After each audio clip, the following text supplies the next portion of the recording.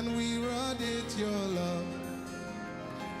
As we worship and behold your face, the light of your countenance shines on us, and we radiate your love.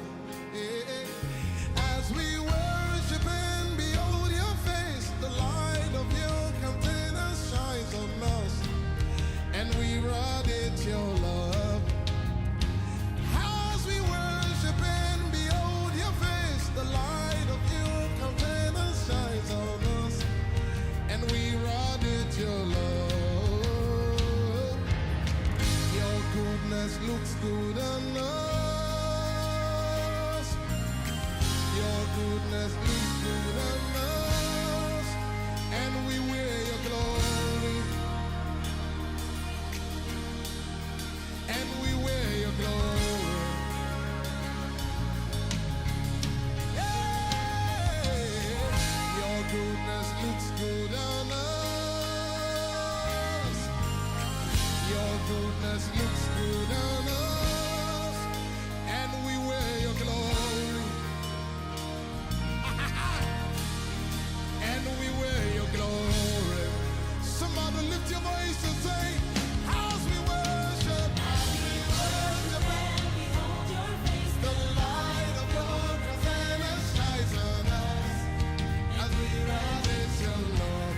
As we worship, and behold your face, the light of your countenance shines on us, and we radiate your love. Say, as we worship, and behold your face, the light of your countenance shines on us, and we radiate your love. One more time, as we worship, as we lift the name of Jesus up tonight, shines on us. Say, your goodness looks good on us. Your goodness looks good on us, and we wear your glory. Hey! And we wear your glory. Somebody lift your voice and say, your goodness looks good on us. Oh, and we wear your glory.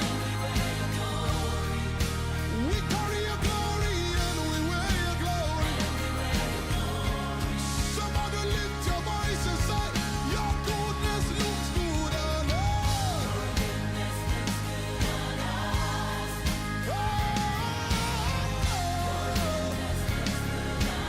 And we wear your glory.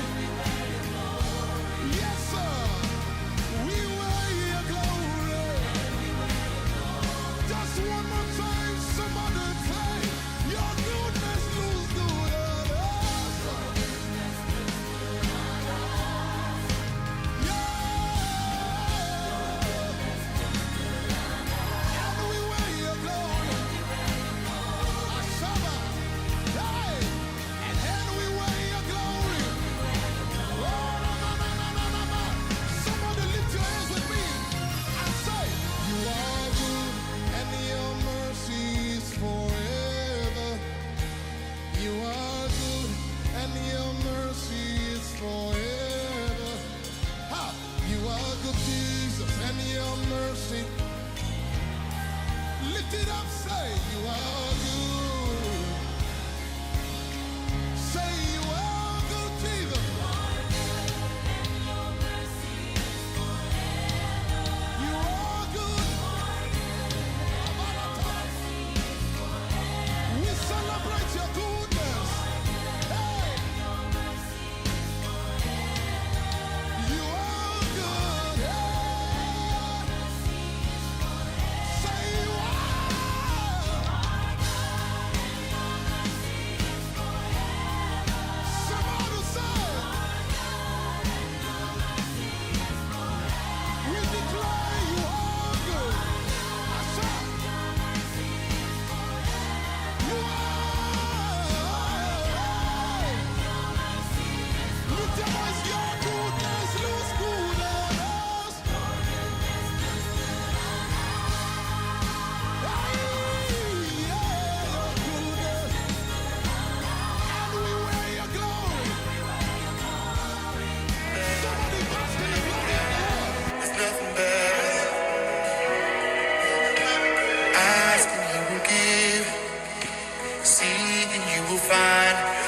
nothing better than the living God. There's nothing better than the living God. Ask and he will give. Seek and you will find. There's nothing better than the living God. There's nothing better than the living God.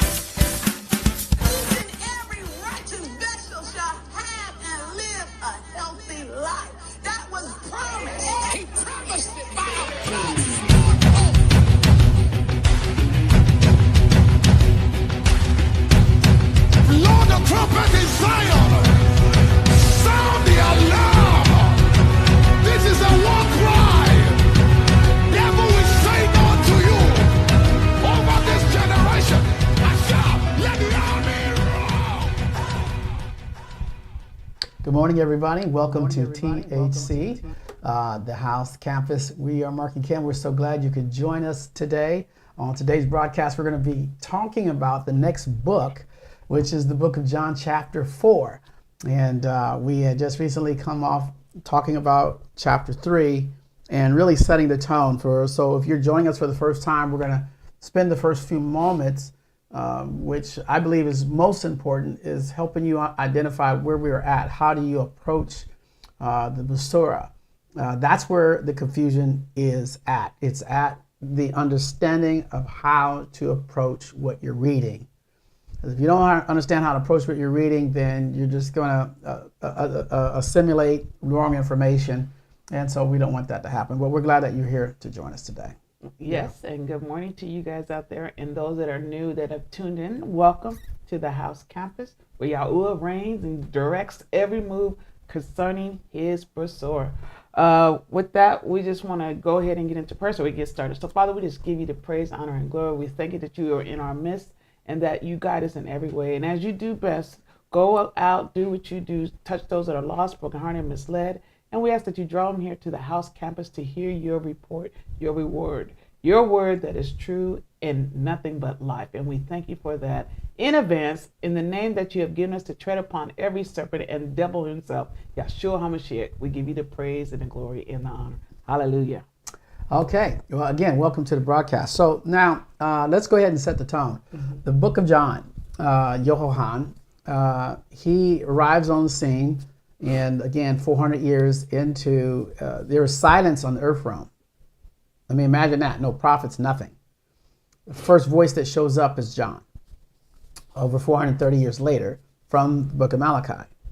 And John shows up and he starts off with the same sentence, just about, as you can see in the Bereshit, which is the book of Genesis, in the beginning. Mm-hmm. It literally just almost starts just right there. But the first thing that he addresses is Yeshua being that light. And then he talks about that light and he says, here's how you become part of the family of YAHUAH. He mentions it right off the top, so there's no discrepancies. He says, it's not by your blood, it's not by your own will, it's not by what some man's going to preach to you, basically, or tell you, but it's by the will of YAHUAH only, because you believe in the name of Yahushua. That was it. Mm-hmm. That was it.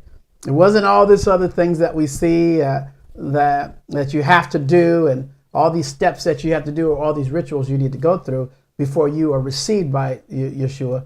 You know, you don't have to go through a ritual that basically says to some man in the pulpit, "Oh, you got it." Mm-hmm. Okay, mm-hmm. You don't need nobody's help. Okay. Then what we see is we go through chapter 1, chapter 2, and chapter 3. We get to chapter 3 and we start seeing the characteristics of Yeshua show up. His non-tolerance for dealing with a Pharisee. He doesn't have the tolerance. Walk in love. Remember that's Yes. I don't have the tolerance. You don't have the tolerance, right? So chapter 4 is really dealing with another chapter to watch how he doesn't have tolerance like people say. And because now he's witnessing how his name is being used inappropriately, and just he's about ready. You're about to see the side of him that religion doesn't show you. But if you would follow chapter by chapter, verse by verse, you would see it. So we're going to start off today at chapter 4. Again, welcome everybody that is tuning in for the first time. Now understand that you're watching THC today, and we are starting the beginning of John, YAHUAH, chapter 4, which, if we can paint this picture here for you, this is how he deals with the Pharisees and then the woman at the well. But you have to understand something. He's coming dealing with Nicodemus, and then bam, she runs right into him. Exactly. So we're gonna see how Yeshua reacts as he's dealing with people during this time with a tremendous amount of what is it? What are they dealing with? They worship so many gods, and yet he's got to deal with this. So it was way worse than it was today. Today, well, no, I would say today's probably worse because we got more. Worse. But during that time, they worshipped a lot of idols. It wasn't really called Hinduism back in then, but it was Hinduism, and so but a lot of worshiping of different foreign gods. We saw that. So let's go ahead and we're going to go into it. And I think the screen, but you should be able to see it very clearly. We're trying something new. Let's go ahead. We're going to go to John chapter 4 here. You can see in the bottom right hand corner. And if you can zoom in on that with your phone, if you will. Let's look at it. It says here, so when Adonai knew, now pay attention to this first thing. When Adonai knew that the Pharisees had heard that Yahusha made and immersed more pupils than YAHUAH, although, verse 2, Yeshua himself did not immerse, but his Talmud, or in other words, the students did.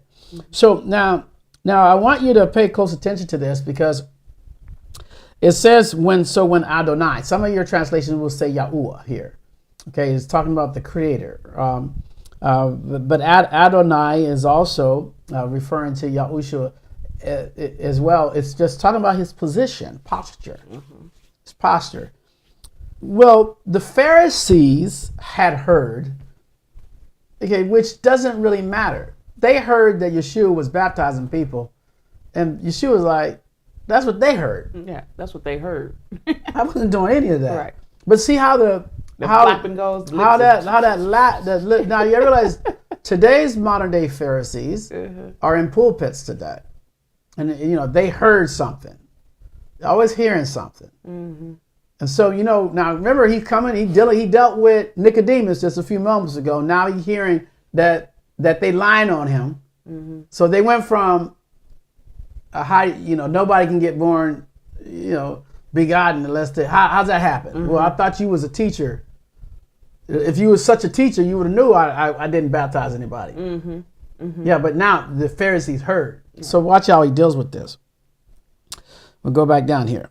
Verse 3, he says, he left Yahudah, okay, meaning that's the town. That's where you get the town. That's where you get the term that they're from Yahudah in verse 3. This is where the manipulation of that word changed to the word Jew, which there's no J's in Hebrew, period. Okay, so he left Yahudah. Okay, these are Hebrew people. Okay, and Hebrew people were from Yahudah. Okay, and they went away again into Galilee. Okay, verse 4. And he had to pass through Samaria. Okay, this is the Samaritan woman. Now you're going to start talking about her. So this word is Shamarian. Okay, you can see it in some translations as show. That's Shomerion.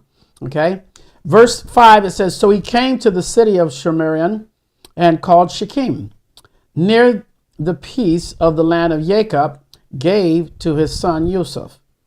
Okay, that all this is just, again, the report. It's not nothing deep in here. Okay, verse 6, and Jacob's fountain was there. Now, again, we're going to see here Yeshua's, it's not important just the story, but it's his attitude. It's his character of Adonai. So that's why it starts off at Adonai at the top. Okay, the creator, Adonai, it's like the son standing next to the father. It's about the posture of Yahushua. That's why it starts off with Adonai. Okay, all right, so let's go continue. It says, so Yeshua, being wearied from the journey, you know, and that's something that you got to think about because he's in a physical body now, and was sitting thus at the fountain. And it was about the 6th hour. This is not 6 p.m. 6 hour in those times is probably about maybe, I would say, between 11 and 1 p.m., 11 a.m. to 1 p.m. The 6th hour is, they usually count the time from when the sun was risen, and then 6 hours after that would be the 6th hour. Okay? Verse 7. And Asha means woman, and a woman of Shemarion. Okay, this is the woman at the well. You guys know that. You guys familiar with the story, but let's go through the report. Came to draw water. And Yahushua said, give me to drink. Give me something to drink. For his pupils had gone off into the city to buy food. The Ashan of, basically this woman of the Samaritan woman, therefore said to him, how is it that you, being from a Yahudah, now again, this was the mentality of those that were from Yahudah during that time. You know, that they didn't talk to the certain people because you remember 400 years how they were just all into these religious rituals. So she's walking up on Yeshua knowing that, well, maybe he's part of those religious rituals as well. And he's like, I don't got nothing to do with me. So she says, you ask a drink of me, a woman from Samarian. For Yahudim do not associate with Samaritans. So now this division came as about of through religion. Verse 10. Yeshua answered and said to her, if you knew the gift of Elohim and who it is who says to you, give me something to drink, you would have asked him and he would have given you living water. So again, this is his short part of him, the short, like you know, short term. You don't got no patience right now. But if you knew, like, first of all, are you trying to get smart mouth with it? But you know how she said, like, well, you ain't supposed to be hanging out with us. So what you doing out here asking me for some water since you ain't supposed to be hanging out with us? Right. And then he flipped it on her and said, well, if you knew who I was, you would have been asking me for some water. You'd be asking me for some water. So just go sit down somewhere and get my water. It basically is what he's saying. Yeah. All right. So you would have given, and I would give you some living water. Yeah. Something better than that. Yeah. That's something how Perry was said. Yeah, exactly. Verse 11. But now the woman comes back. She come back with something. She said, Adonai. Like is that like Adonai? That's a different. Okay, all right. She didn't come back talking too much smack. She said Adonai. Huh? She checked her own self. It says because Adonai is like master, or it's like a king. You know, Adonai, like, this is a respectful word. But you have no vessel, and the well is deep. From where then do you have living water? And then she hits him pretty hard here. It's thinking that, like, you know, like she gonna say something. Are you greater than our father Jacob? You know, Abraham, Isaac, and Jacob. This is what she's referring to. Who gave us the well and drank from it himself and his sons and the cattle. So now when she mentions the cattle, that's just talking about power. Like, we took care of everybody. We took care of everybody, including all the stuff that made us from this well. So So what's up? So she comes back at him though. Yeah. Because she wanted to make sure if you all that, she's protecting in her mind the Elohim of Abraham, Isaac, and Jacob. So I want to make sure you use the same Elohim that we're talking about. So Yeshua is looking at her like, damn, she protected me. Right? And she don't know this is me yet. Right. But she coming with it. Right. She's like, got a jet like, what's up? Right. What's up? This is Abraham, Isaac, Jacob. So we check her out though. Watch her work. You better know who you got. But so this is part of why Yeshua liked this person. So Yeshua stood back in the pocket going, okay. And then watch this. Verse 13. Yeshua answered and said to her, everyone drinking this water going to thirst again. But whoever drinks the water I give him shall certainly never thirst. Boy, he came back with something, boy, didn't he? And the water that I give him shall become in him a fountain of water springing up into everlasting life. Okay, now that hit her. Okay, she like she hit him and he came back with that. That type of wisdom, that type of insight. And listen to what she says. Adonai, give me this water so I do not thirst, nor come here to draw. And Yeshua said to her, now when she said that, when she says that, she said, now give me this water so I don't have to thirst. Because her mind is just on the water and the fact that he can really do this. But then Yeshua takes it up another notch because he wants her to know, I know you. And this is what he says. Go call your husband and come here. And the woman said, I don't have no husband. And Yeshua said, you answered right. You answered right. Now, because now what he's doing is that he's breathing on her. He's breathing on her is what he's doing, and he's breathing life on her. This is the statement where it talks about later on in YAHUAH and John that you can by no means come to YAHUAH unless the Father draws you. So he's opening her eyes. You're watching the breath of Yah happen. And when the breath of Yah is his word. So this is a report of the breath of Yah being pushed on this woman here. And you got to understand, too, from chapter 3 on who John was talking to. Yeah, exactly. How John had to deal with, who was it? Nicodemus. And then the way he's dealing with her now. Yeah. How it's being portrayed right here. Yeah, because she's part of Abraham and Isaac and Jacob. Yeah, she's part of Abraham. So that tells you that Nicodemus wasn't. Right, Nicodemus wasn't. Yeah. Because of the approach of how it's all being written out and how it's being stated. So his approach towards her was totally different than the approach with Nicodemus. Right. So keep that in mind. Okay, so verse 17. He says, Yeshua said to her, you answered right. You have well spoken. I have no husband. Verse 18. For you have 5 husbands. And the one whom you now have is not your husband. That was weak.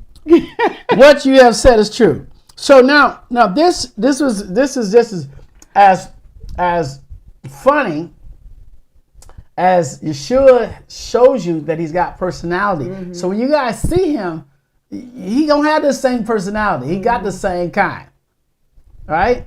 So he let her do all that talking. I just love it. You're right. You're right. Yeah, right. I mean, that's just like he let her do all that talking. And but here's one thing that he did with her that he didn't do with his meeting previously. He with her he breathed on her and showed him himself. But the Nicodemus, he says, "Well, I thought you was supposed to be so teacher. So if you were supposed to be this so teacher, you would have saw me." Right. Because The thing is, she wasn't coming to, see, Nicodemus' mindset was what he could get out of Yeshua so he could use it. Yeah. She was defending what belonged. We're defending what belonged to Abraham, Isaac, and Jacob. Right, they're totally different. She was like, like you want to draw from the well that belonged to Abraham, Isaac. We fed this with our cattle. Exactly. We did this. We did this. What's up? Right. Is it okay? Yeah. She didn't question his character. She questioned, who are you to want to drink from this well? And asked me to do it. And asked me to do it. But I thought you was all that. Yeah. And then Yeshua showed her, I am all that. Right, exactly. He said, I am all that. Yeah. And then he goes, let me ask you this question. Go get your husband. I'm going to show you who I am. I'm going to show you. I'm going to show you who I am. Go get your husband. Oh, wow, I don't got no. You're right. You got 5. I know she said, ooh. At that time, that oop came in. Oop. Now we're gonna see that oop right now. I know. Oop. Oop. Okay, let's watch the oop. Oop. Okay. Here we go. All right, verse 19. And the woman said, Adonai, I see that you are a prophet. Okay, because she still hasn't seen him as the creator yet, or the son of Yah. But she knew that nobody could tell her that unless he was a prophet. He goes, our fathers. Now watch her. Look at she's going right back. That's okay, right. I can see that you're a prophet, but let me add. So she keep trying to go up a little notch. Our fathers worshipped on this mountain. Now she going into a worship stage. This woman is bad. Okay, but you say that in Jerusalem is a place where one needs to worship. Now they going back tit for tat, and Yeshua's eating this up, and he said to her, "Believe me. The hour is coming when you shall neither on this mountain nor in Jerusalem worship the Father." Verse 22, you worship what you do not know. We worship what we know because the deliverance is from the is of the Yahudim. In other words, the people of the Hebrew people, right? But notice what Yeshua says here. But the hour is coming, and it is now, when the true worshipers shall worship the Father in the Ruach and in truth. For the Father also seeks such to worship him. Now, notice that she ain't interrupted no more. Right. She listening. She listening now. Then verse 24. Elohim is Ruach. Y'all got to get that. Elohim is Ruach. And those who worship him need to worship in the Ruach and truth. Let's stop there for a moment. Okay, so now, she's like, okay, wait a minute. He's a prophet, but he's missing some stuff that I ain't heard yet. Okay, because she's challenging him all the way. Yeah, you mentioned my 5 husbands, but on this mountain. Let's get back to the reality. Let's get back to the reality. I know you said that. Yeah. But let's get back to on this mountain we worship our Father. Yeah. Because she's stuck. She's convinced because it's 400 years. Abraham, Isaac, and Jacob, and she's looking at all these flaky people. Went through 5 men. Oh, I see you a prophet. Okay, you got all that, but on this mountain. Right. And she's recalling everything that she has been taught as a child, and growing up, and still being taught. So she's picking and poking like, let me put. But that 400 years, it never, that message kept going, and it never stopped. And this is what you got to see in the scripture: the message never got taken off course. They knew who they was. Period. She's like, yep, I have 5 husbands. But I still don't. Look at that. She didn't go, oh, please forgive me. Like, because in Christian, they make it seem like she was like soft and all that. This woman sticking her chest out saying, look, you want the water? Okay, that. And then when Yeshua came back with something, he came out something about, she came back on something, trying to talk. She kept going tit for tat. She was going at her, boy. And that was his testing her. That was his testing her. And every time he tested her, she kept passing the sticks. Like, okay. She didn't go flesh on him. She said, on this mountain. Yeah. We was worshiping. Let me go back to foundation. Let's go back to foundation. Let's go back to foundation on this mountain. On this mountain. And then Yeshua had to talk for a little while. Okay? And then she just listened to him. She listened to him talk for a whole minute. But watch how she come back. Check this out. Verse 25. And the woman said to him, Asha, I know that the Mashiach is coming. She could have said that from the beginning. I know that the Mashiach is coming. She just listened to it. She just listened to it the whole time. When he's talking about the water and everything, she's like, I know the Mashiach is coming. She says, the one who is called anointed. She already had that in her head. When that one comes, he shall announce to us all. Okay. You see that? Right now, go back. Like he did everything, but then she came back and says, mentioning my 5 husbands don't mean nothing to me. Up on this mountain. This is where we worship. On this mountain, we here. We here. And then he threw back something else, and then she said, I know about the the Mashiach is coming. So it's okay. He like, I know the Mashiach is coming. Like she didn't mention the Mashiach before that. Right. She just letting him talk. Because she went through 5 husbands with all the game. They ran a game on her. So she already had, she came back. She said, I know the Mashiach is coming. The one that's called anointed. And when he comes, he gonna announce it to us all.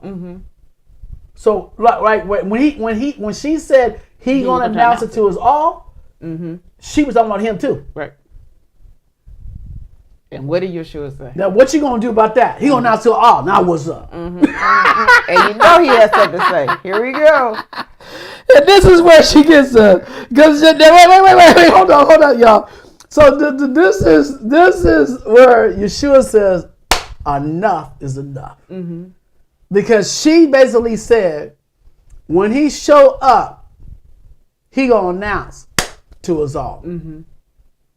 Period. Now what's up? What you gonna come on top of that now? I know. It's like how you gonna defend that? Right. But watch Yahusha. Wait. Watch what he says. Look at verse 26. Yahusha liked this part. Yahusha said to her, I who am speaking with you, I am he. I'm the one you talking about. Yeah. That's what he said. That's it. I who I am. Yeah. Speaking with you, I am. I am he. I'm he. Come on now. Now you can imagine what she's going through right now. And he says, and upon this, his pupils came. And they were marveling at that he was speaking let's stop right with there. that woman. Yeah. Wait a minute. So the pupils were standing back listening to him. So they was coming. No. Because they was marveled, right? Yeah. So they were over listening to the conversation. Yeah. And they hearing this tit for tat. Tit for tat. Like, wait a minute. And then he said, that's me. The one you talking about? Yeah, they had to I'm he. They were like, well, let's go see what he got to say to this I'm woman. he. Okay, let's go. Okay. And they were marveling that he was speaking to verse 27 and his pupils came. They came and they were marveled that he was speaking to this woman. However, watch this. No one said, what do you see? No, why are you speaking to her? That's a mouthful. Yeah. They all saying nobody questioned why Yahusha was talking to her. Yeah, going back and forth at that. Yeah, they were going tit for tat because they saw him. Because remember they went to go get some food, so they was coming back into town, and they was they heard it, and because Yahusha talked loud. Yeah, that's why I know we related because I talk loud. Okay, so he's talking out loud, and she was talking loud back at him. And they was marveled at what's he doing talking to a Shunamite woman. Now that tells you, that probably tells you the atmosphere that they both got excited about. They were both excited about it. Yeah, they both got excited about it. So this is a very powerful woman at the well. This is not a weak woman at the well. She's very powerful, and she's very blunt. I mean, to be able to sit in front of Yahusha and go tit for tat, because he usually shut him down. Right. Look what he did. And so the tit for tat, you see it with Nicodemus. He shut Nicodemus down every time. Yeah. Right. Just he was just looking stupid. Yeah, because Nicodemus wasn't talking about forefathers and all that. Nicodemus was talking about questioning him. It questioned him and natural things. Yeah. He said, well, if you don't understand natural things, I'm going to tell you about spiritual things. And she's telling you about spiritual things. She's telling you things about spiritual things. This woman was on a whole nother level. Yeah. So she's like, on this mountain. I don't know what mountain you been. I don't know what mountain you're about. On this mountain, we worship. And then he came back with well, this is time coming. We're gonna worship the Father in the Ruach. Mm-hmm. And that was she was just like she's still listening. I know we're gonna worship. I know we're gonna worship it. And when he come, he gonna talk to all of us. That was including you. And then he had to say, okay, wait a minute. I'm the one you talking about. Because he said because he's doing that little disguise things a little bit. He trying to cover himself up like but like, okay, she hitting too many. She hitting too many points. Yeah. She hitting too many points. Yeah. Okay, and so be it. And so this is the beautiful story behind it. But you can see that the one that she was talking about was him, and so be it. Okay. 28 goes. And then verse 28, and then while his people were there, it says then the woman left her water pot. Mm-hmm. She left her water pot and went away to the city and said to the men, verse 29, come, see a man who told me all that I've done. Is this not the Mashiach? She like, look. She went to all her family members. She went all the way back. She said, wait a minute, y'all. I left the water pot. I'm coming right here, right now. Mm-hmm. Y'all going to tell me, is this the dude? Mm-hmm. Mm-hmm. Because he didn't read my mail. Okay? Mm-hmm. And is this not the Mashiach? This is the anointed one. And listen, because they knew her. Mm-hmm. And verse 30, and they went out of the city and were coming to him. But in the meantime, his talent, his other students were asking him, saying, Rabbi, eat. Because he got excited. Because you know how when you eat, you know to get you. Hunger go away. And he said to them, I have food to eat which you do not know. Mm-hmm. So, because they at the time he was hungry, but then he was feeding on her. Yeah, when you're overwhelmed in the spirit, your hunger goes away. Yeah, hunger goes away. Mm-hmm. So he was like, they came back because he was hungry. Right. Because he was. But he talking to her got stirred up and excited. He don't need to eat no more. Basically, I got to come down. I got to come on down. I got food to eat. You don't even know what you're talking about. Yeah, I got to meditate on what she's talking about. I got to meditate on what she's talking about.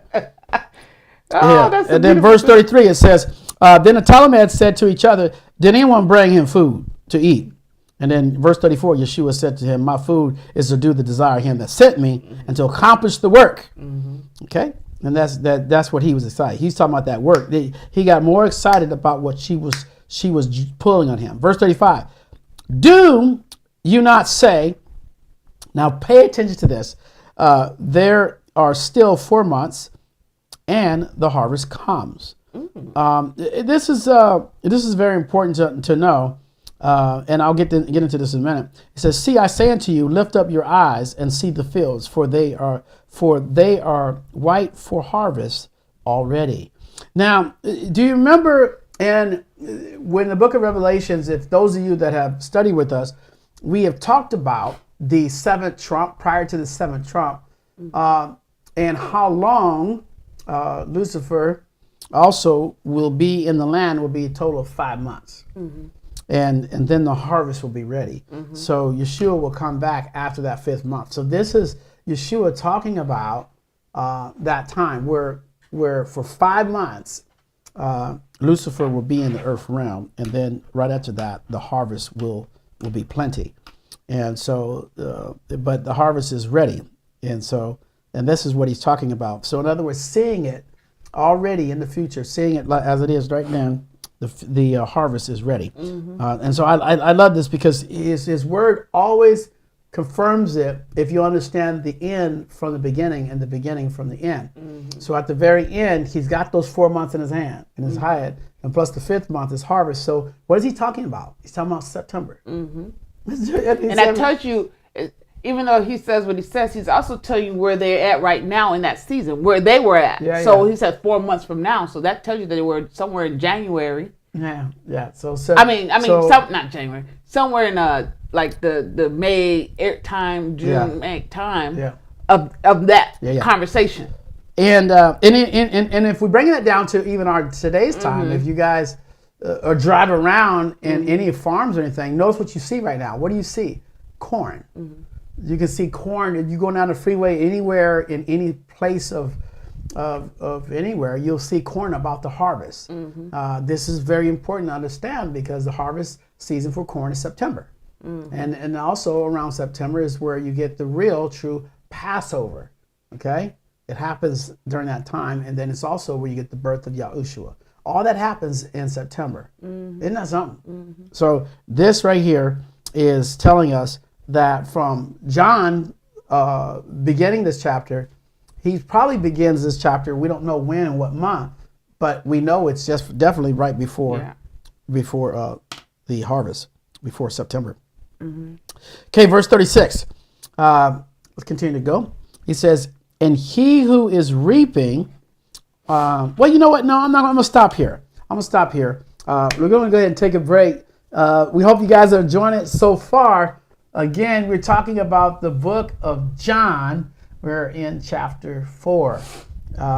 Love to hear from you and see what you guys are learning. What are you guys observing? What are you taking in? Hopefully you're taking in what we've been talking about. Really just setup of the book of John in general. From chapter 1 to right now, do you notice the report? And again, we're not just looking at a Bible. The Bible just means book. Basora means a report. So part of the report of YAHUAH is that report is good for you to see how Yeshua interacts with individuals. Some of it applies to you and some of it won't. But at the same token, it's just a report. Okay? It's a report of the Most High. And okay. But yeah, this is a great conversation between this woman and our Savior. And I just love the way it unfolds. Yeah, I was going to say, because again, look at how he talked to Nicodemus in chapter 3, and look at how he talks to her in chapter 4. Because there's connectivity, meaning that is an heir to a throne. The throne of Abraham, Isaac, and Jacob, the throne to she was an heir in that. That's why when you hear Nicodemus, and he's saying that, I was getting mad at Nicodemus. Like, Nicodemus, just shut up for this. He had a he was a Pharisee, so he's about putting people in bondage. Yeah. So he's trying to figure out how he can manipulate Yeshua and get him some information so he could function and go manipulate some people to get something out of somebody. So his mindset that Nicodemus had, made Yeshua respond to him the way he did because he was unteachable. So you getting all these different characteristics through the book of John on how people function and how Yeshua functioned with them. And it shows you how he dealt with each and every type of character. And it's important. So when you're sitting here and you're studying the Basora and understanding how it works. Yeah, that's the most you know what, out of all things, my biggest problem was never studying why the books worked. I just took them for granted and just, you pick them apart. And that's where Satan gets into the details of deceiving you, because the way you approach something is how you're going to learn it. And if you don't approach the Basora the right way, you're going to be all over the place and still in bondage. And some dudes got it right. The Bible, which we don't, but the Basora is a story, but it's a story of your rights and your heirship and how to deal with certain things. And it's just amazing that how we take it book by book, and you read and you're reading the history because it's his story and it's his way of doing things concerning our life. So when you're reading it and you're seeing how each person was dealt with, or how each situation was dealt with differently, but yet he showed you the separation of why he dealt with this person this way and why he dealt with Abraham this way, because Abraham was an heir. This person was an heir. So you it's okay to look at it like that, but we have been trained so much to think that everybody's heir to the throne, that everybody has these rights and everybody has these things, that you made your throne weak. Your rights and it made it weak, and the posture, you made it weak. That's why you think, walk in love. Oh, what the heck? Walk in love, what's that really mean? How you walk in love with somebody when you ain't even in fellowship? There ain't no covenant with There's them. no covenant. You can't. So everything was made to make you weak, so you didn't walk in your throneship, your rulership. So That's with it. that, we're going to take a break, and we're going to allow you to allow the Ruach to deal with you in areas of your life at this time, and whatever you want to do concerning that, we thank you and appreciate you for that. But in the meantime, we'll be right back right after this. Have a Okay. good. All right.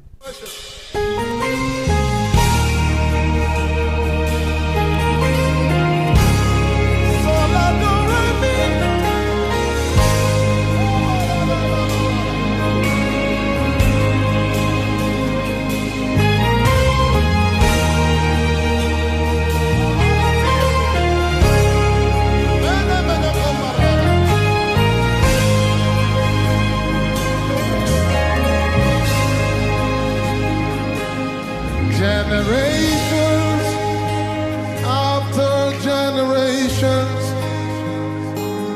keep praising you, yet no word sums you up.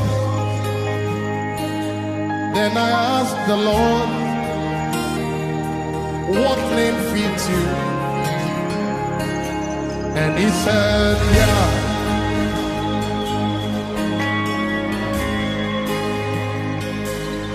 Generations after generations keep praising you, yet no word sums you up. Then I asked the Lord, what name fits you? And he said, yeah.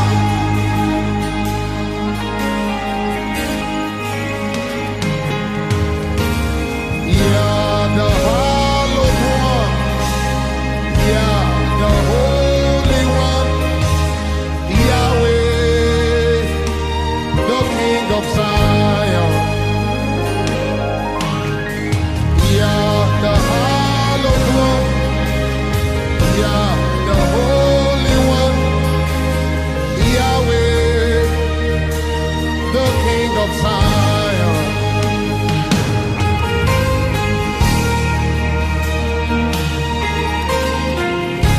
Somebody lift your hands and chant the name Yah. Yah.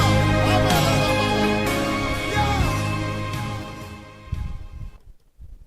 The window of heaven is already opened up over your life. If you're taking the time to honor him with your tithes or offering, that is a covenant that you have a right to participate in. So we're glad that you're back to the program, but it's important that as you do take the time out to give, you also are, receiving.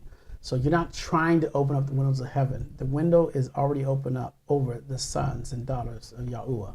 So Father, we give you all the praise and the glory. We thank you in advance for the windows of heaven being opened up over our lives on this day in the name of Yahusha Hamashiach. Praise be to Yah. Praise be to Yah.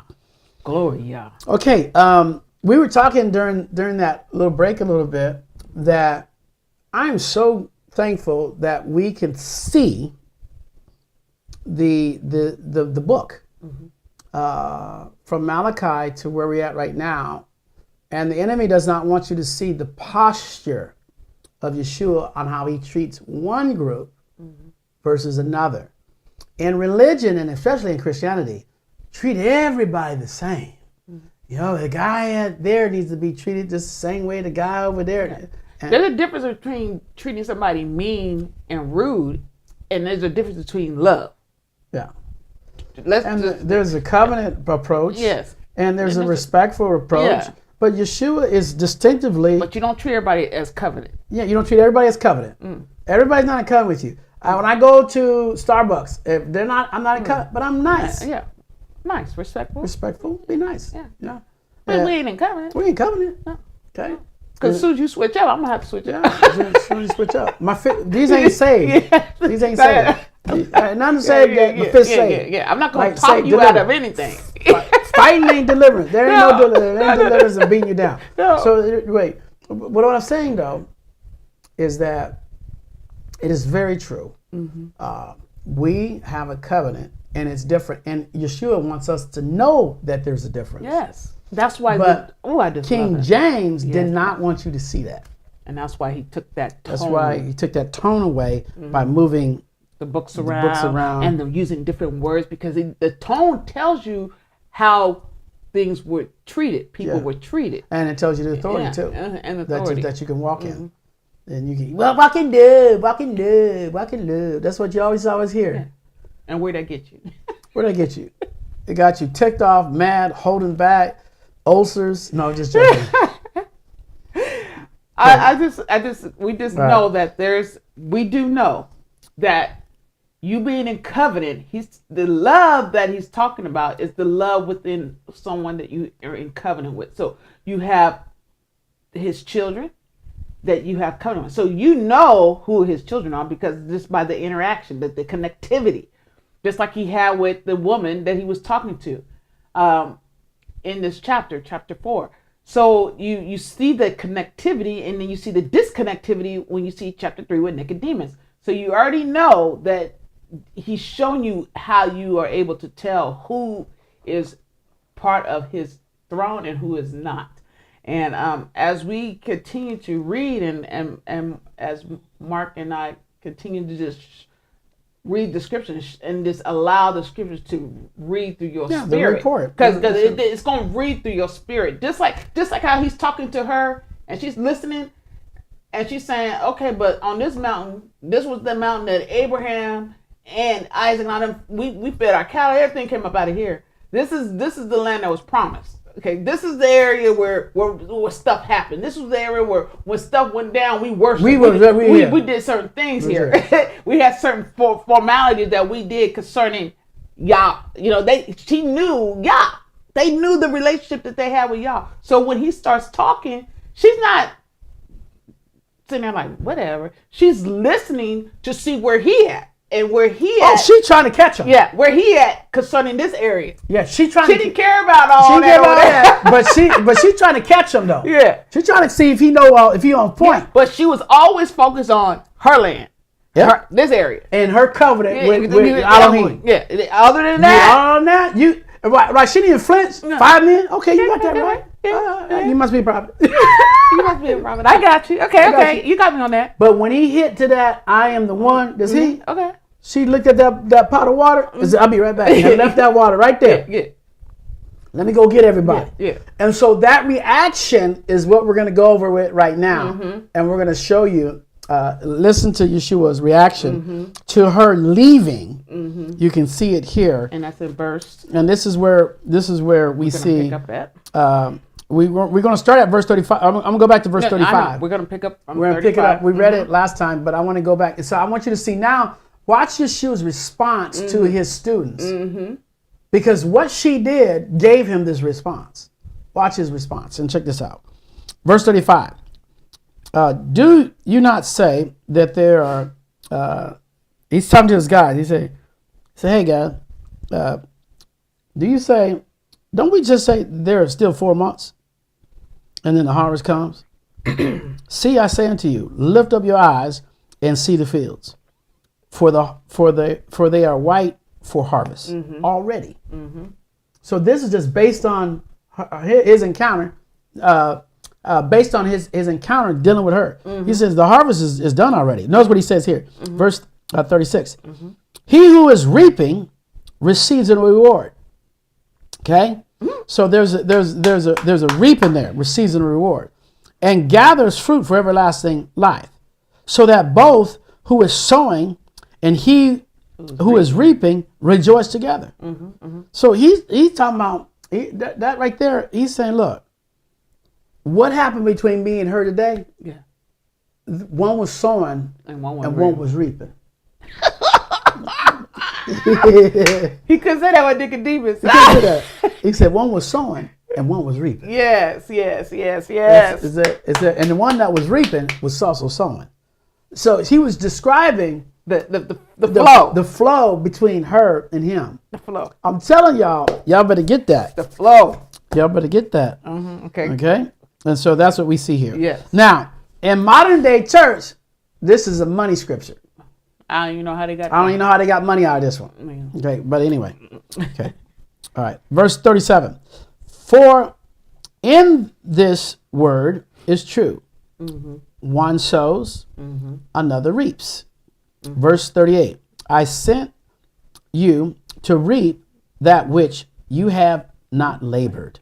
So in other words, you know, you haven't even, It's just so good. It's so, I sent you to reap where you haven't even labored. and he's still going back to, he's still pulling back to when he brought Moses and them out. Oh yeah. He going back even further than that. He goes, Yeah, I sent you, you reaping Yes. where you haven't even labored. Yeah, he's just going to go back.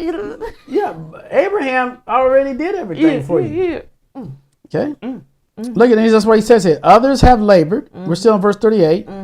And you have entered into their labors. Okay. And now where did he get that statement from? He got that statement from entering into the labors because of her conversation. She was backing up. It was we on this mountain. Yeah. I love how the key word, we on this mountain. So they never left the mountain, as it's been taught. Yeah. We on the mountain. They still standing there. And he's like, Abraham, Isaac, Jacob. Well, damn, I was the one that showed up. So he knew that this is the mountain that he had already showed up. They're Melchizedek, And so we can see that they still on the land that was promised. It's still on the land that was promised. The key thing, they never left the land that was promised. Even though they would say they did.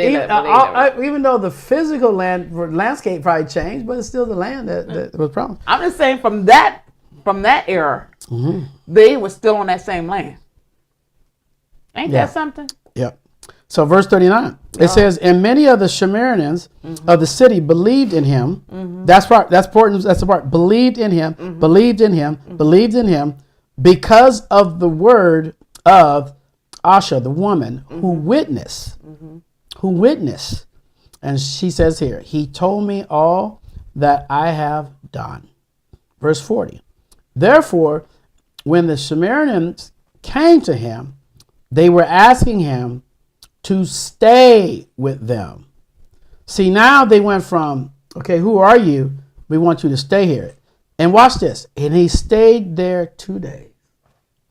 Okay? All right. Now, he stayed with them for 2 days because of... So he wasn't going to be welcome until he finished all them tests. See, they was testing each other. He said, reaping a son. That's why.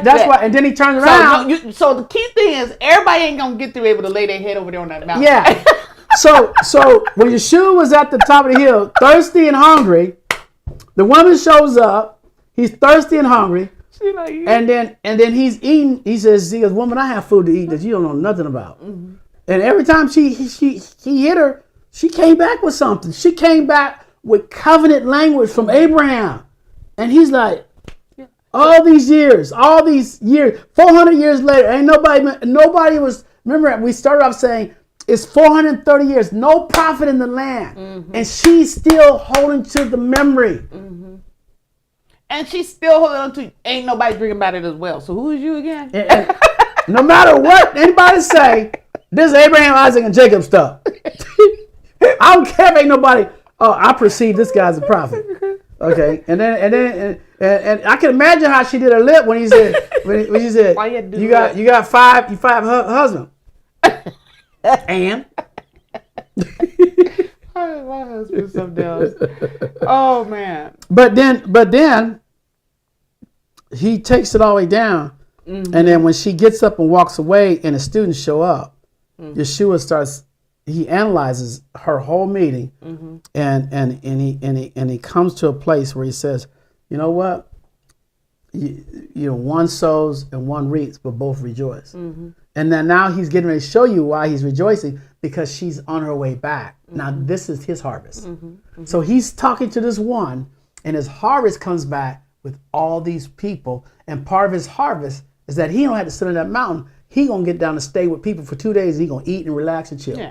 So what's the beautiful thing is they got the homes up in the mountain, and then there's cities down where you go. There's stores. They're all at the bottom. So they're having this private time. I love it. So I love the whole atmosphere, everything of how it all went down. One, you had ear hustling going on. Yeah, ear hustling going on, and from everybody, the ear hustling. Yeah. But more importantly, now watch the harvest part. Yes. Because we're getting ready to read it here in verse 41. Watch the harvest. And this is the part I was going to get to. This is about how you got the ear hustling. Now is going to be the time where everybody's going to learn something from him. Exactly. Now this is the part we're going to. This is the harvest part. Yes. Okay, let's read this. Here we go. Here it goes. It says in verse 41. Let me see. Yep, verse 41. It says, and many more believed because of his word. Look at that. He would not have had that. That was the harvest that he was talking about. And then they said to the woman, we no longer believe because of what you said, for we ourselves have heard, and we know that this is truly the Messiah, the deliverer of the world. Let's stop right there. Notice this is not today, because today in things they want you to believe that they got there's them, but these people were taught. I'm gonna tell you about them, but you gotta check them out for yourself. That's right. And they telling her, hey, I don't gotta believe in you no more. I heard for myself. Yeah, I don't have to believe what you said. I don't gotta believe anything you said. I heard what he said. Because they were, but notice that they were quick to switch. Like they would listen to you. Okay, all right. I'm gonna go check this out. And then when they go check it out, they're like, oh, I don't need to hear you no more. They just cut her off. I don't need to listen to you no more. Okay, because now, here's what I got. I heard from him. And now that I heard from him, I'm good. I believe. And so that's what we see now. And so, and notice it says, the deliverer of the world. And of course, King James hates the word deliver. So you always put save or savior. And it's deliverer. To deliver from what? Deliver from the grasp of Satan. Okay, verse 43. He goes, and after that, after the 2 days, he left there and he went to Galilee. So he's chilled there for 2 days and everybody got blessed and everything. Okay. Verse 44, for Yahusha himself witnessed that a prophet is without appreciation in his own country. Now he's not talking about, again, where he left from. Okay. So this is a quick thing that preachers use. Well, it ain't respected, whatever. Okay. And so be it. Verse 45. Therefore, when he came to Galilee, the Galatians received him, having seen all that he had done in Jerusalem at the festival. So these are festivals. For they also went to the festival. Verse 46. Then Yeshua came again until the Canaan basically Canaan of Galilee, where he had made the water into wine. And there was a certain nobleman whose son was sick at Kafar Nakim. And when he heard that Yeshua had came from Yahudah into Galilee, he went to him and was asking him to come down and heal his son. Now notice he just wanted the miracle for he was about to die. Now again, this is just a report, you guys. This just happened as a result of him going into town. This is, you got to understand that the report of Yahuwah is for you to see how his life was. In other words, the things that he experienced as the son of Yahuwah, as the brought forth son. Okay? So the guy that's coming to him, he just heard that Yeshua was in town. And all he wanted was the miracle. He didn't care about if he believed in him or not. He just wanted the miracle. Just give me the miracle. Hey, bro, I don't know I don't know all the stuff you do, but I know you do miracles. Just give me a miracle. What I need for you to do? What do I need to get a miracle from you to get this? Sound like Nicodemus, doesn't it? Huh? Sound like Nicodemus almost. What can I get? Yeah, what can I get? That's all he was in there. He was in a getting mentality. I want to get something from you. And I get it. He was a father in desperation. And remember, again, going back to that 400 years, ain't hearing no prophet. Okay? All it is just magic. You have demonic activity at the highest level during this time. Let me help you guys understand something. if you go 400 years without anybody talking about the Basura, anywhere, what you think you're going to get? You're going to get Lucifer and all of his wooden images and everything, and demons appearing everywhere because everybody's worshiping Satan. Mm-hmm. And that's how miracles are being done, through something demonic. Mm-hmm. So this guy, not only, he doesn't see Yeshua as a deliverer. He sees him as a person that can do a miracle, be it if it's witchcraft, be it if it's demonic, be it if it's Hindu, be it if it's Buddha. He don't care. Mm-hmm. My son dying. Mm-hmm. You the dude. Mm-hmm. You do miracles. I heard you do miracles. Mm-hmm. That's all they know. Mm-hmm. And so this is not out of reverence or respect. Okay? So, but now watch this. Verse 48. Pay attention to this. Let's go to verse 48. Mm-hmm. Okay? It says, and Yeshua then said to him, if you do not see signs and wonders, you do not believe at all. Well. And the nobleman said to him, Adonai, or master, come down before my child dies. He didn't even pay attention to it. See, that right there. Yeshua said, y'all ain't gonna, you don't believe in me. You just want to pimp me. Yeah. You just want to use me. You don't even believe in me. Y'all, boy. So notice this. From he came to his own. Remember, he said he came to the light, but they didn't believe the light. And this is part of what you're seeing, what John was teaching about. Mm-hmm. But as many as received him, and to those that believed on his name, to them he gave them power to become the sons of Yah. This guy wasn't believing in that. He just wanted the doggone miracle. And Yeshua told him, man, here's what he said, here's what you said. If you people don't believe in the Son, if you don't see signs and wonders, you don't even believe at all. Right. And the nobleman said to him, signs and wonders. And what did they do today? Seeking signs and wonders. Now, wait, let me paint a picture. Let me tell you, they seek signs and wonders today. Every Sunday. Trust me, there's a line for signs and wonders today. Now watch this. Here's what we see in this report.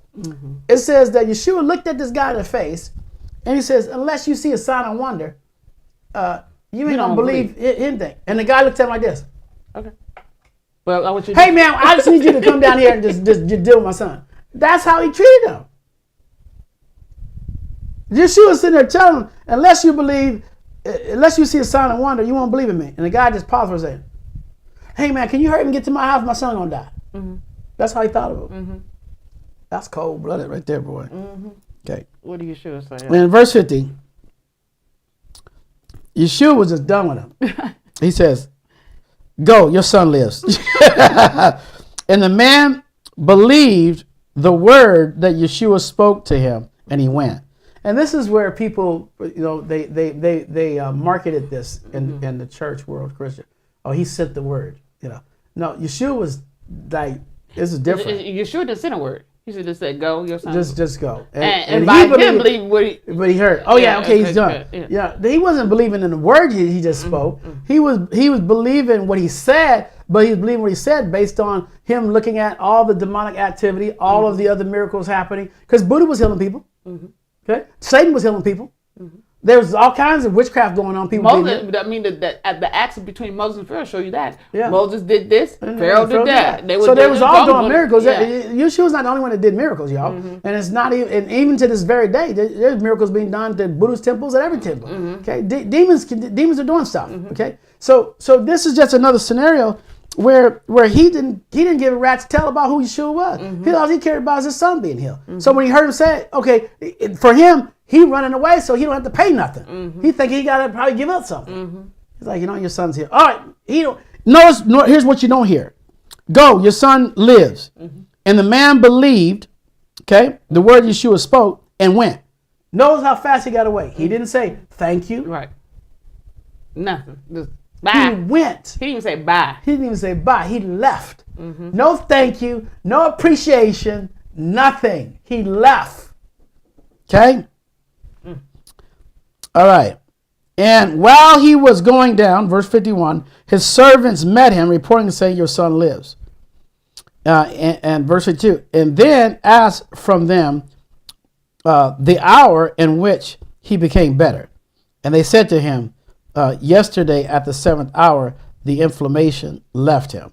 So let's go back again. Okay. Let's go back. So,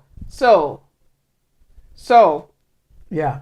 this is the day after. Day after. So his son was already doing well the day before. The day before. So Yeshua, it was like, you so dumb. You don't even know your son doing better. Yes, you don't even know your son doing better. Your son living. Yeah, your son living. So basically, that's what I'm saying. This is why these Christian preachers read us wrong. Like again, this was like he said. He said while he was going down, his servant's report came to him.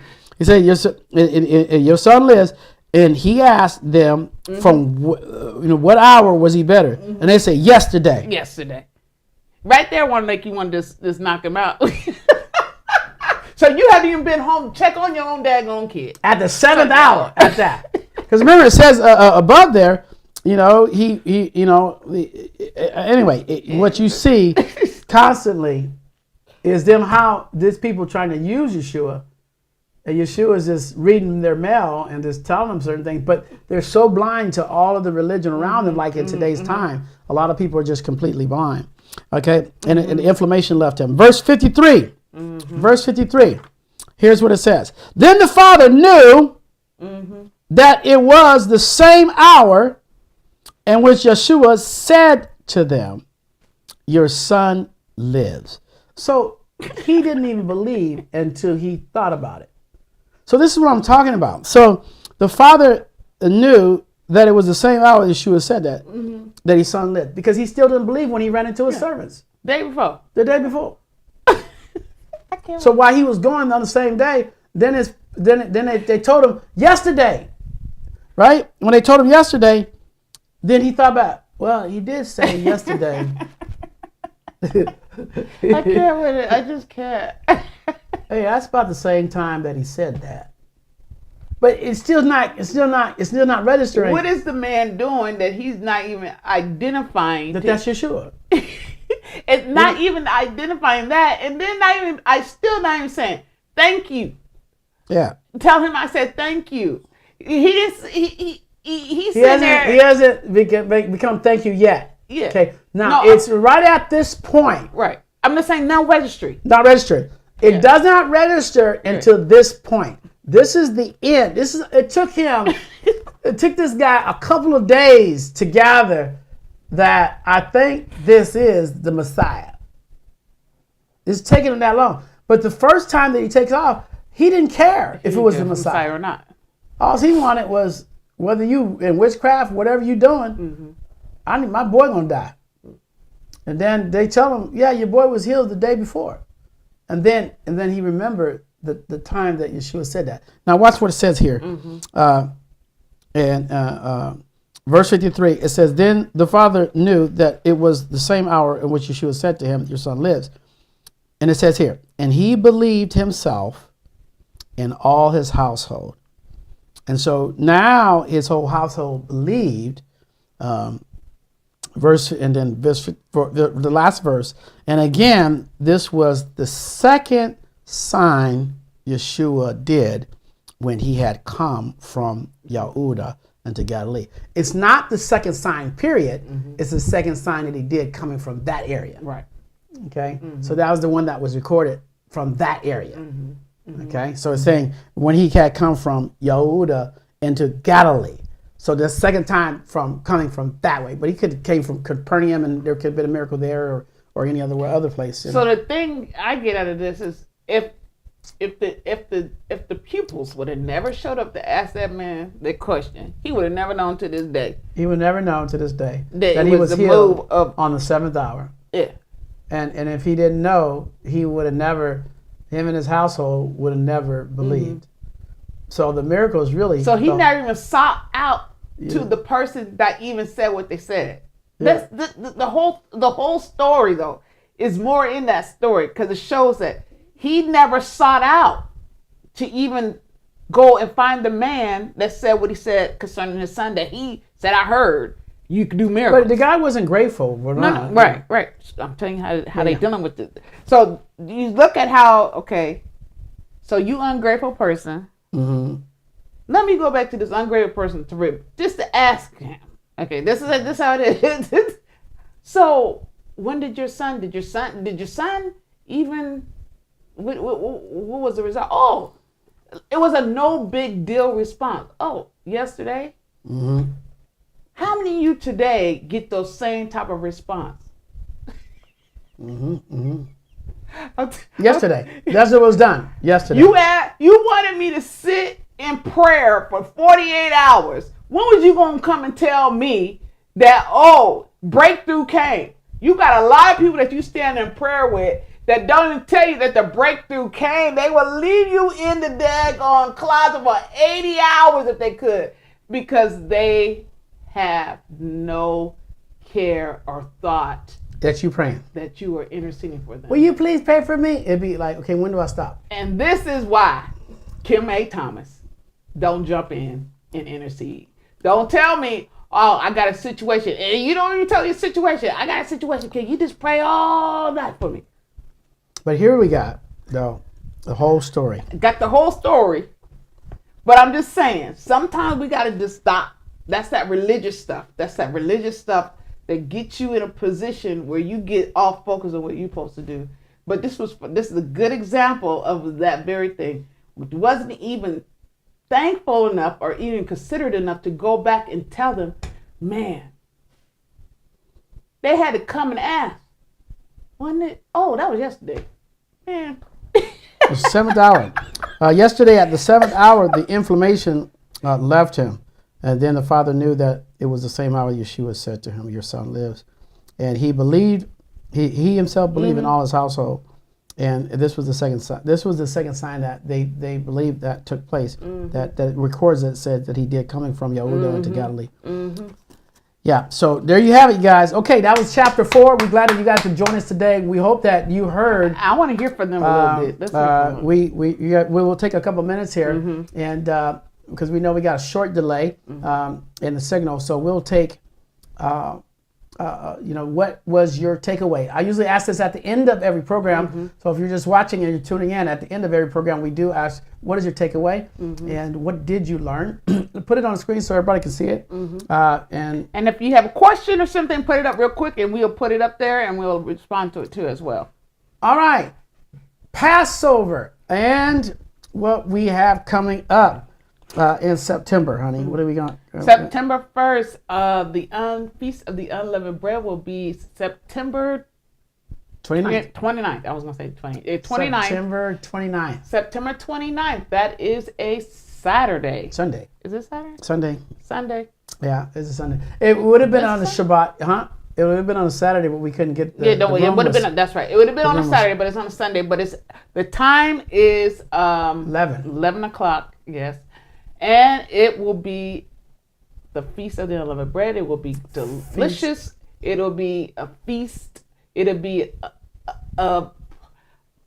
it won't be like the other times we had. I put it that way. It won't. It's something different because remember, the Feast of the Unleavened Bread is a feast that Yah had when He brought us out on the other side. So we're gonna have the other side mindset. So the unleavened bread is a reminder that we are on the other side. Yeah, we're on the side with freedom. Yes. And see, this one's is more special too because every time we go further into the Besorah, we see more freedom. So the freedom that we're going to experience again together, and we want to thank you for coming. And I don't know if Sheila is on, but Sheila, I did get your message from you and Kim that you guys are coming together or to get a hold of Vicky as well. And I look forward to that. We look forward to seeing you there on the 29th. And so, awesome. Yes, and the tickets are due September 1st. So if we could get those that have not yet bought your tickets, you could buy them by September 1st. We appreciate it. And I'm just excited because the more, as Mark was talking about, the more we get into this Besorah and the more we read page by page and the more you see it, y'all are so simple that all this extra that's been going on for my lifetime, just in my lifetime, I'm done. I am completely done with it. And because he's so simple that I feel so light now. I feel that the understanding of his yoke is easy, his burden is light. I feel all of that because there's no pressure. You just sit back and just stand in what he's already have said. You just look at what he said, and he shows you what you can do and how you could do it, and you could do it stress-free, struggle-free, and debt-free. All the burden and all the pressure that the world and people that come around you try to put on you, you don't have to respond to it. You don't have to do none of that. You just be who you are as a child, as one of his daughter, his son, whatever it might be. Whatever it might be that you need to do for yourself in your life is right there because you are the heir. It's not as complicated as they make it to be because, of course, they don't know because they're not part of the heir. So we can't look at what they do because they're not part of the heir. So it shows us how a person that is of his lineage, his child, his children, it shows you how to respond to get stuff happening in your life. And then he shows you also those that are not his children on how they get a response. So you just got to know where you sit and where you're at. So I hope you guys are sending your questions through or making your statements. We appreciate it. And don't ever forget to praise Yah daily. Give him thanks daily because he brought you out. I mean, I'm so thankful he brought my family out. Everybody's out free. Yeah, that pressure of... Mikhail, we got your message. I'm sorry, go ahead. Yeah, go ahead, honey. Mikhail, we got yours. Folks are asking us to pray because they get results from us praying in the name of Yeshua. Mm-hmm. Okay, Mikhail, you're supposed to respond with... I said, what's y'all takeaway? I think she responded to me. Yeah, you responded to her. Yeah. Oh, yeah, because you got that little delay that's in there. Yeah. But we kind of want to hear from you guys, and maybe you guys are going to put something in later. Usually it's right after we hang up. Y'all tell us what y'all received and everything. But yeah, we just want to thank you guys for joining us today. Again, the ticket sales, try to get your funds in right there for September 1st. The event is going to be held again on September 29th in the city of Corona. What's the name of the location again? Green? No, not Green. Eagle Glen. Mm-hmm. Eagle Glen in the city of Corona. We'll give you the details for that. Okay? All right. So we're excited that you joined us. Remember, wait a minute. Here we go. Okay. Yeah, he brought your family out too. Yeah. Mm-hmm. I agree with that. Mm-hmm. Yeah, I am. I'm really thankful because I can't imagine where I would be right now still in that. I don't think I would have made it. I don't think I would have made it either. I don't think I would have made it. It's pretty bad. But yeah. Until next time, remember these words. If you be in the Mashiach, you are Abraham's seed and an heir according to the promise. We appreciate you guys joining us. Next week, we are now on chapter 5 of the book of YAHUAH. And boy, that is going to be good. And I can't wait to get to chapter 5, 6, and 7, and 8, because that lays the foundation for the entire book of YAHUAH, especially when you get down. You just pay attention to Yeshua's posture. Okay? It's posture. Okay, now we're getting the responses in. It's a long delay, so it does take a little bit longer. Mm-hmm. Okay, Mariah puts here. Let me put hers up. Mariah's question here is, I never realized that he gave an ungrateful response. Talking about the guy. I'm so that he brought me and my family out. Also, okay. All right. My takeaway. Thank you, Dr. Rosetta. I have to wait a minute. Yeah, once Rosetta said that she, girl power. Casey said that she liked that, Pastor Kim. That was wisdom. Dr. Rosetta says, my takeaway is Yahusha uses whoever he wants, even a hoe. And she was so blessed, she brought back the city. Now that is hilarious. That's true. Fact.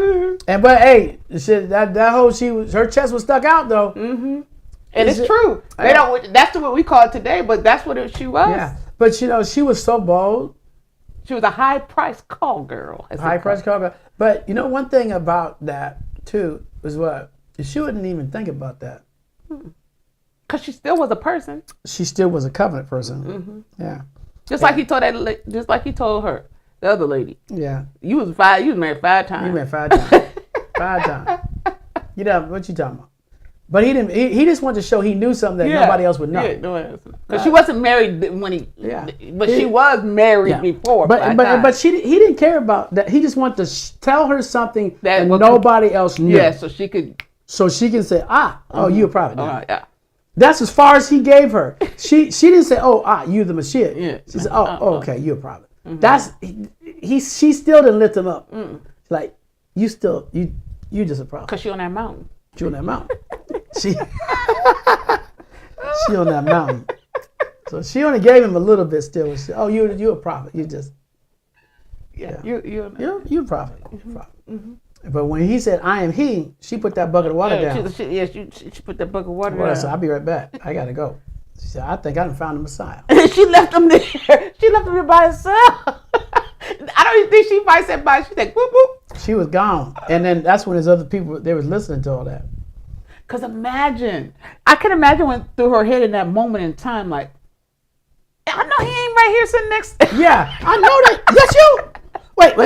That's you. That's you. You know that's you. Wait, hold on a minute. I gotta go. Okay. I'll be right back. It left the pot there because you know how you leave something at somebody's house. I'll be right back. So I left the pot here. Just make sure watch the pot. I'll be right back. Tell him to watch the pot there. Bye. I'll be right back. Wow. That's beautiful. Yeah, but she was grounded, and she was grounded in all. She knew that she knew. Yeah. Whispering. Okay. Dr. Rosetta, you put down. See, I never realized she was grounded in the knowledge of the Father and of the prophets. Yeah, she was really. She had him. Yeshua was really. And that's the reason why you know that is because when Yeshua start talking about the one reaps and one sows, and both receives a harvest. So what was the harvest? Her harvest was that when he was telling his students that she was about to harvest, he already knew about the 2 days he won't stay there. Mm-hmm. He knew it because he knew they were going to offer it to him. He going to offer it the 2 days because he knew that they don't let everybody stay up in here. They don't let everybody stay up in. And now the harvest. That's why he said, "Look at the fields." It's right because by him going there for 2 days, he took care of that whole area. He knew it. It was just, he already knew it. Mm-hmm. And that's why you have to see it like that. But Nicodemus could have had the same thing. But he wanted to show how knowledgeable it was. And the only thing he got was, I thought you, from Yeshua, Yeshua just said, hey, I thought you was the one that said you was a prophet. I guess not. Mm-hmm. Okay, whispering when? When Yeshua told the woman at the well that he was the Mashiach, and how the woman when she heard that couldn't wait to tell everyone else in her village and left her water pot. Yeah, a part of her leaving that water pot was, you know how you sometimes when you want to come back to somebody's house, you leave a jacket. When you were little, like when I was to play with my friends, I would leave a toy at his house so I can go tell my mama I want to go back to his house. I left my toy just because I want to go see my buddy. She left the water pot. Yeah. I just think it's funny because the moment it hit her, boom, like what? Yeah. The moment it hit her, that was it. Dr. Rosetta says, see, she was watered and she didn't need that pot. And that was part of it too. Yeah, that was a good one. Mm-hmm. Yeah, she got a taste of that everlasting water. Mm-hmm. And that's what she took off. She didn't even notice that she did it. Probably there's a lot of stuff that's going on right there. She left him there. The excitement in her forgot that he was here. She boop, boop, boop. Okay, Mikkel, you put down here, my takeaway is that I'm learning the posture of Yahusha and how he reacts to those who he's in covenant with versus those he's not in covenant with. Yeah, that right there is very true. As we can see how he dealt with the ruler of the quote unquote Jews, if you will, and how they approached him, trying to catch him in a lie, or try to catch him saying or something, get something out of him Just to use it for their material own gain. Yeah, they want to merchandise what he's doing. They after to like, what can I get from him? And they get stuck doing still the do it. merchandise, and not just them but the religious society. I was on a phone call last night with somebody very now a political figure, but the same thing happened to him today. Is the church trying to merchandise him? And we were talking about that same thing happening right now in this day and time. The quote unquote pastors trying to merchandise somebody because they mentioned the Savior. They'll do it in a heartbeat. Yeah. And the last one here, we got one more, Dr. Rosetta. Wow, that's so deep. What a different insight I've gotten today. Yeah, praise be to Yahusha. Thank you. All right, guys, that should do it. Conclude our message today. Again, you watch THC. We're Mark and Kim. We're glad you could join us today. Again, get your tickets in September 29th. We want to see you there 11 to 4 p.m. And it is the Feast of Unleavened Bread. It's also the time that Yahushua, his birthday. I don't know if you guys are aware of that. They say he was born on the 27th. So we are going to be celebrating that. That is our new year. Okay, so this is our new year, the beginning of our new year. That's also going to be around the same time of the seventh trumpet when that happens. 4 months into it, the fifth month, Yeshua will return right after the sixth trump, which should be around sixth trump between March and April, May, somewhere around there. This is when everything is set in action. Of course. Can't wait. We don't know the exact date, but we'll definitely know the season, and we know it's around the harvest time. So let us rejoice again today. Enjoy your day. Give glory. Say glory, hallelujah to Yahuwah. We bless his name. Thank you for joining us today. If you remember these words, if you be an Oshik, you are Abraham's seed and heirs according to the promise. Be blessed. Enjoy your day. There's no